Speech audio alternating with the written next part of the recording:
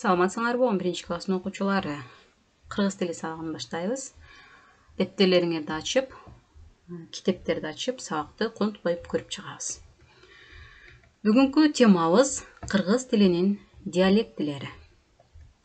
Бүгүнкү сабагыбызда балдар кыргыз тилинин диалектилери тууралуу маалымат аласыңар. Төлөгөн Касымбековдун Сынган кылыч романынан үзүндүнү окуп чыгып, ал үзүндүдөгү диалекти сөздөрдү таба аласыңар. Жана сөз байлыгыңарды арттырасыңар дегеле диалектинин кыргыз тилдеги маанисин түшүнөбүз. Балдар, диалекти деген сөздү менимче буга чейин уккансыңар, ал кандай мааниде колдонуларын билесиңер. Эгерде уккан эмес болсоңор, ой жүгүртүп көргүлө. Диалекти деген эмне эле? Силер аны кайсы жерде жолуктургансыңар? Демек, диалекти деген сөз негизги мааниси грек тилинен диалектос деген сөздүн алынып, сүйлөө, сүйлөшүү деген маанини билдирет экен. Жалпы элдик тилдин бир бөлүгү, белгилүү бир аймакка тараган тилдик бөтөнчөлүктөр. Жөнөкөйлөштүрүп айта турган болсок, балдар, жалпы элдик тилдин бир бөлүгү. Бул дегени ошол кыргыз тилинде сүйлөгөн бардык адамдардын тилин жалпы элдик тил дейбиз. Түндүктүктөр, көлдүктөр, чүйлүктөр, баткендиктер, ошондой эле башка мамлекеттерде жашаган кыргыздардын, ошол кыргыз тилинде сүйлөгөн адамдардын бардыгынын тилин биз жалпы элдик тил дейбиз. Ошол жалпы элдик тилдин бир бөлүгү болуп, белгилүү бир аймакка гана тараган тилдик бөтөнчөлүк. Башкача айтканда, мисалы ошол Токтогул аймагына тараган тилдик бөтөнчөлүктөр болушу мүмкүн. Ошол алар айткан кээ бир сөздөр бизге түшүнүксүз болушу мүмкүн. Демек, ошол нерсени биз диалект деп атайт экенбиз. Кыргыз тилинде, балдар, шарттуу түрдө түндүк жана түштүк деп аталган эки диалект бар. Түндүк диалектиге Чүй, Талас, Ысык көл, Нарын облусунда жашаган элдердин тили кирсе, ал эми түштүк диалектиге болсо Ош, Жалал Абад, Баткен облусунда жана Өзбекстан менен Тажикстанда жашаган кыргыздардын тили кирет. Ал эми ошол эле учурда говор деген түшүнүк бар, балдар. Говор бул диалектинин ичинде дагы белгилүү бир аймакка тараган тилдик өзгөчөлүк. Мисалы, биз айттык, түндүк диалектиге Чүй, Талас, Ысык көл, Нарын облусунда жашаган адамдардын тили кирет дедик. Эми ушул диалектиде өзүнчө говорлорго да бөлүнүп кетиши мүмкүн да. Мисалы, мына карагыла, Ысык көл говору бул өзүнчө, Талас говору, Чүй говору, Ичкилик говору. Же болбосо бизде Лейлек аймагында жашаган адамдардын тилиндеги кээ бир бөтөнчөлүктөр, өзгөчөлүктөрдү биз түшүнбөшүбүз мүмкүн. Бул говор деген түшүнүк. Сөздөргө маани беребиз, балдар. Биринчи катарда түндүк диалектидеги сөздөр, экинчи катарда түштүк диалектидеги сөздөр берилген. Музоо бул түштүк диалектиде торпок деп аталат.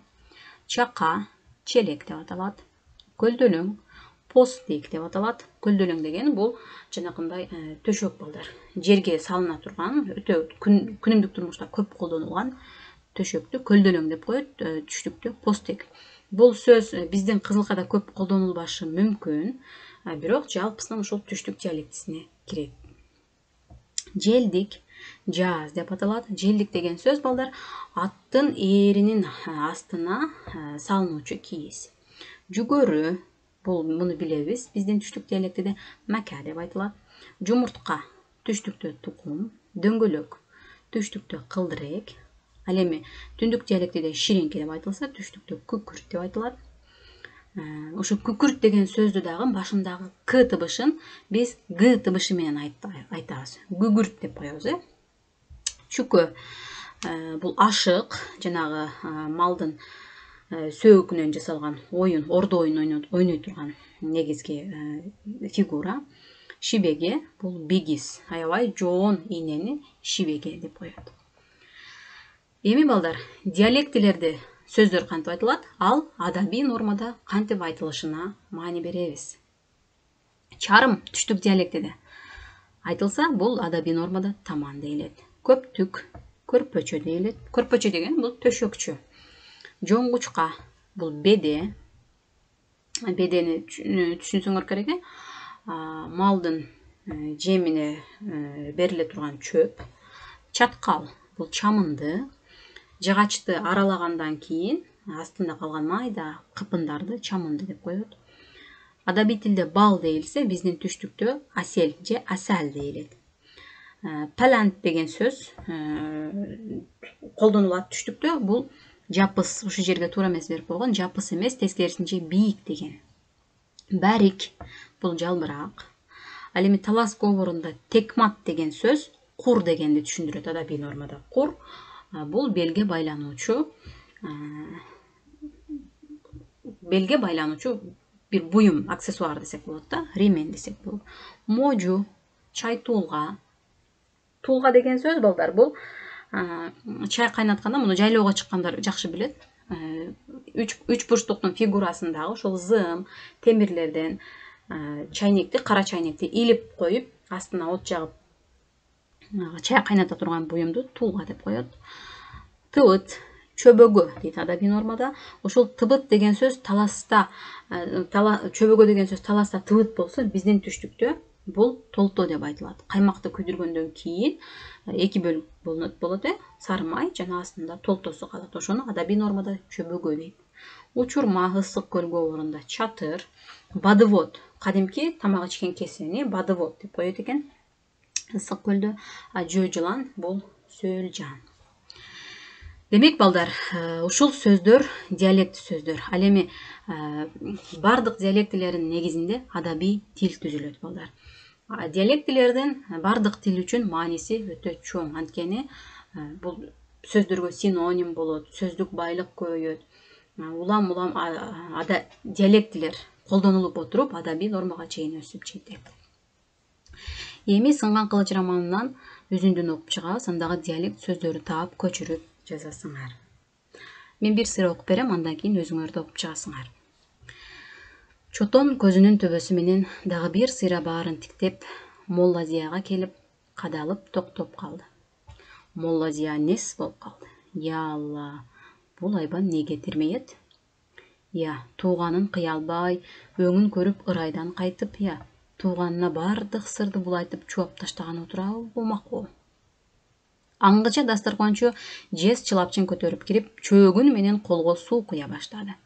Эми Алымбек датка эңкейип, чылапчынга кол тосуп, суудан уурттап, ооз чайкап жаткан мезгилде килейген чотон лап тура калып, койнундагы катылуу келген шап кылыч чагылгандын отундай бир жаркдей төбөдөн шилтенип, көз ачып жумганча Алымбек датканын башы чылапчынга шалак деп түшүп калды.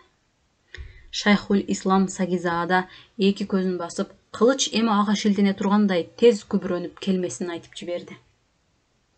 Коркпоң, азиретим, коркпоң, деди Молла Зия. Кылычындагы канды аптыга бир жалап алып, тажаал айкырык салды чотон. Мен бекмин коконго, жайлайм былк эткениңди, жайлайм. Ким былк этмек? Ошол жерде Сагизаададан башкасы муну билип, Алымбек датканы шекшинтпей ортого алып туруш үчүн келген өңкөй кутумдар экен. Ва баракалла, чотон бахадур, деп ачык эле мактап жиберди Молла Зия. Энди бахадур тышта не окуя болуп кетет, тыштын камын көрүшү лазым. Демек, бул Кокон хандыгынын тушундагы окуяларды чагылдырган Сынган кылыч романынын үзүндү. Аябай кызык роман, окуп чыксаңар болот. Бул тексттеги диалекти сөздөрдү таап дептериңерге көчүрүп жазасыңар балдар. Андан кийин текст боюнча берилген суроолорго жооп бересиңер. Эртеңки сабакта мен бул суроолорду силерге беремин. Тексттеги негизги каарман ким? Бул үзүндүдөн кандай типтеги адамдар бар экенин байкадың? Бул окуя кайсы учурда болгон? Каармандардын сөздөрүнөн окуянын Кыргызстандын кайсы аймагында болгон деп ойлойсуң? Үйгө тапшырма, төмөнкү сөздөрдү окуп чыгасыңар, диалект сөздөрдү таап, аларды көчүрүп жазып, адабий тилдеги синонимин жазып чыгасыңар.